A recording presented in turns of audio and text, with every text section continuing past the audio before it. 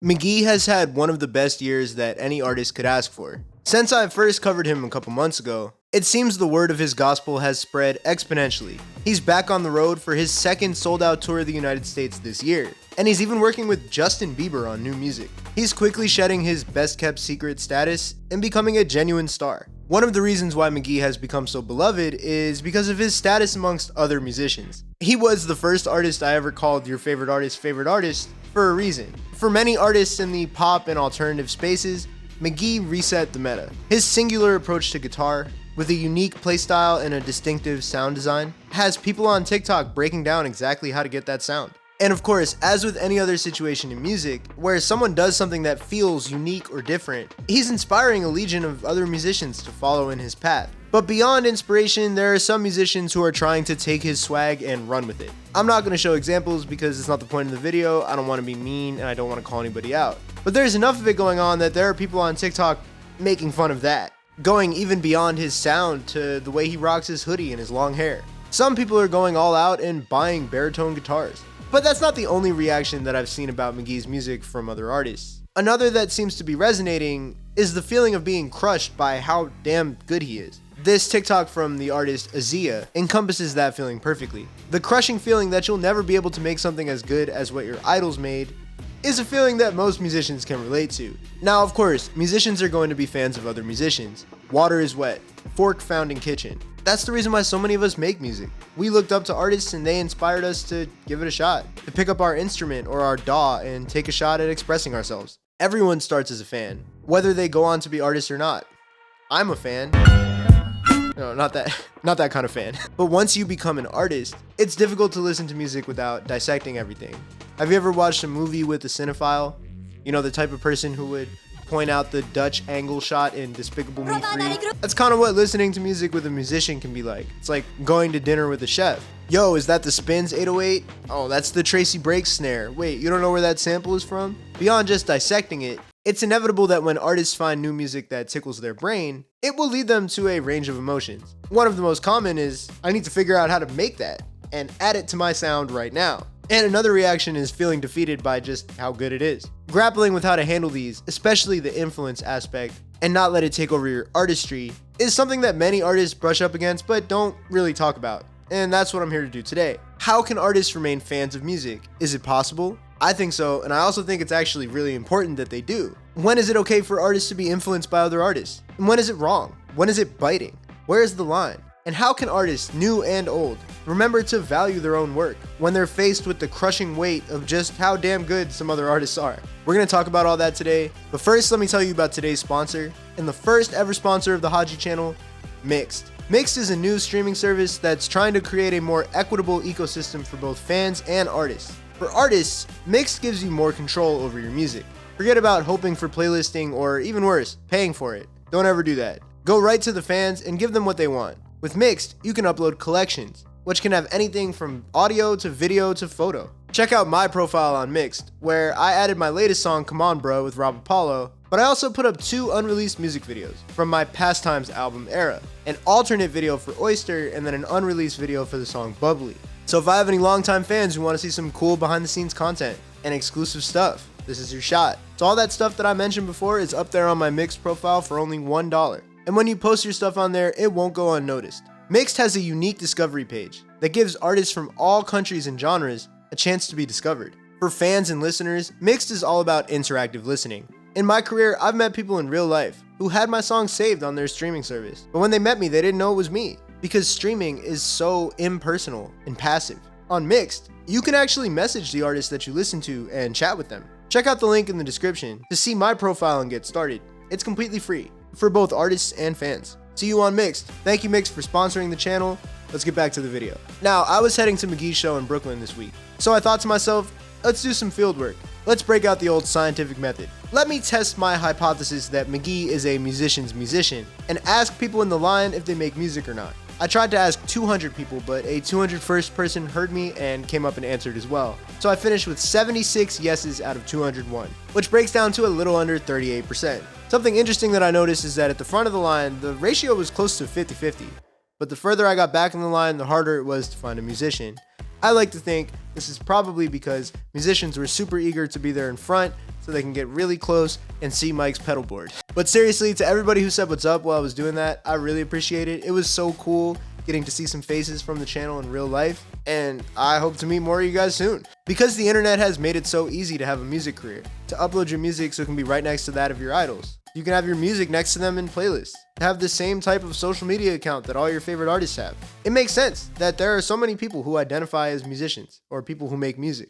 I didn't film people to protect their privacy, but if you ever want to see me do man on the street stuff, it low-key was kind of fun, so let me know in the comments. But one thing I really found different was how differently people answered such a binary question, you know, a yes or no, do you make music? Some people were super eager to tell me like, yes, oh my god, yes, I make music, I'm an artist. Others were really shy and their friends or their partners had to point them out and be like, hype them up, you know? And then some of the older people in the crowd said something along the lines of, I used to, which I decided that counts. I think if you make music at some point in your life, you're a musician. You can always go back to it. And then some people really sat and thought about it, which also, I usually leaned yes on that because I think if you're thinking about it, you probably did make some music at some point and that should count. Not everybody has to be like Michael Jackson. It's like if you've sat down and you tried to create some music, you're a musician to me. So because there are so many musicians, a big chunk of most artists' fan bases will consist of other musicians. I don't think this ratio will look the same for every kind of artist, and I would guess that it would be higher for somebody like Mk.gee, someone who pushes the boundaries of what you would expect popular music to sound like. I think they're more likely to attract listeners who want to break down songs and see how they work.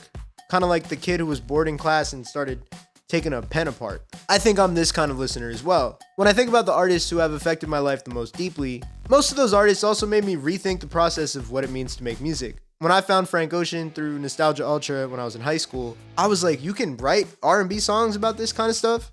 Sign me up. And then an artist like Gene Dawson, who I also did a whole video on, kind of reset my brain after I found him. The way that he infuses rock and hip hop and pop and R&B allowed me to consider how to tap into things that I was inspired by that I maybe wasn't putting into my music before. It allowed me to go back to a lot of the rock music of my childhood and fall in love with it again. Learning how to apply these influences in the studio is an exciting but dangerous task. These artists are some of the best teachers that there can be for how to craft a good song, how to create an aesthetic, tell a story, build a world. Influence is inevitable. A lot of times, even the melodies and ideas that you think you came up with on your own were subconsciously influenced by things around you. So if you're gonna be influenced no matter what, then it might as well be by the greats, right? But you can't let the brightness of their stars dull your own. It's risky to ask yourself, what would insert favorite artist do when you're stuck in a situation, because it ends up blocking whatever you would do.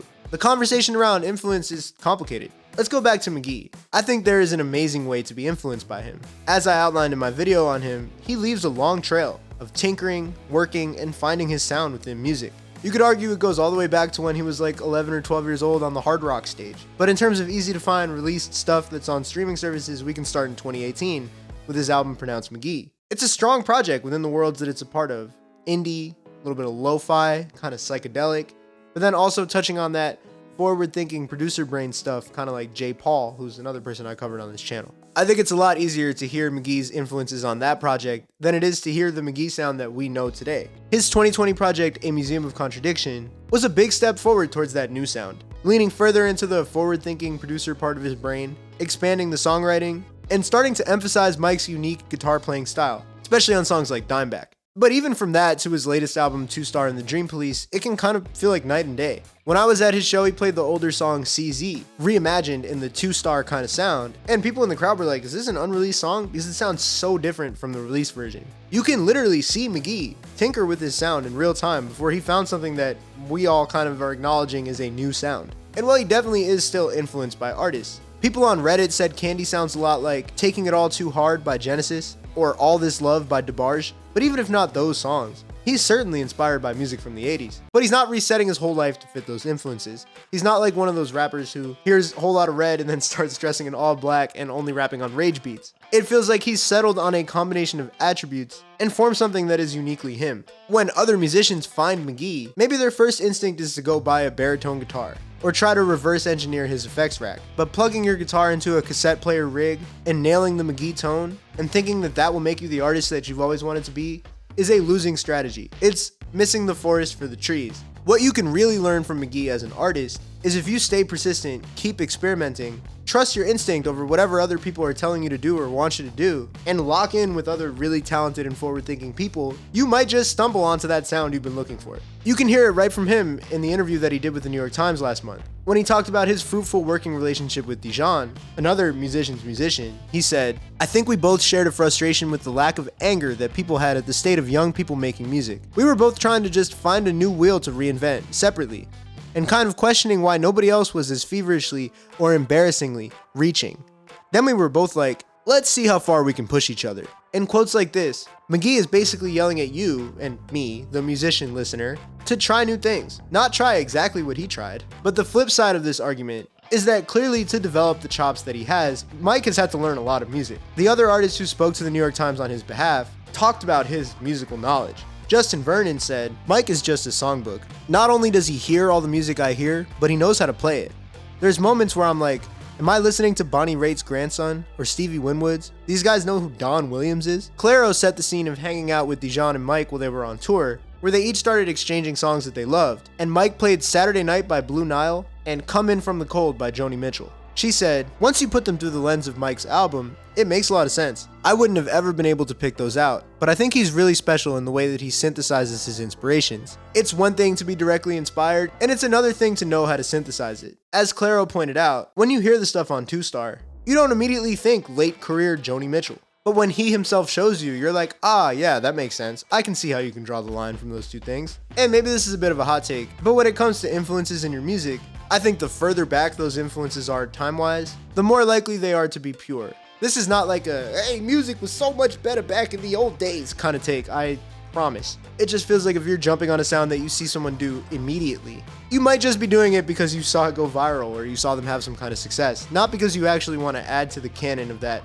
musical world, or because you truly love it. Think about all the artists who have been going country. Now, I'm not saying it's all cynical. Post Malone clearly is very into country music. Beyonce worked with all the right people and talked a lot about how country has affected her throughout her life. Now, I actually think like most of the A-list examples in this have done it pretty well. Although if you're like a big country fan, I'm not really a big country fan, so let me know in the comments if I'm off base with that. But I can promise you there is a wave of opportunistic, half-baked country music coming right along the horizon. Think about the pop punk resurgence from like 2020 and 2021. You know, you had artists like Mk.gee who put down their rap career to go jump on some Blink 182 type beats. The thing with Mk.gee is because he has the resources, he was able to work with people who actually made the source material that he was referencing, like Travis Barker. So the product wasn't horrible or anything, but there were definitely a lot of artists who tried to jump on something kind of pop punky in 2020 and 2021, who then went and tried to Men in Black mind erase us and just go back to business as usual after. We can look at a specific musical motif like Jersey club drums entering the hip hop space in like 2022, 2023.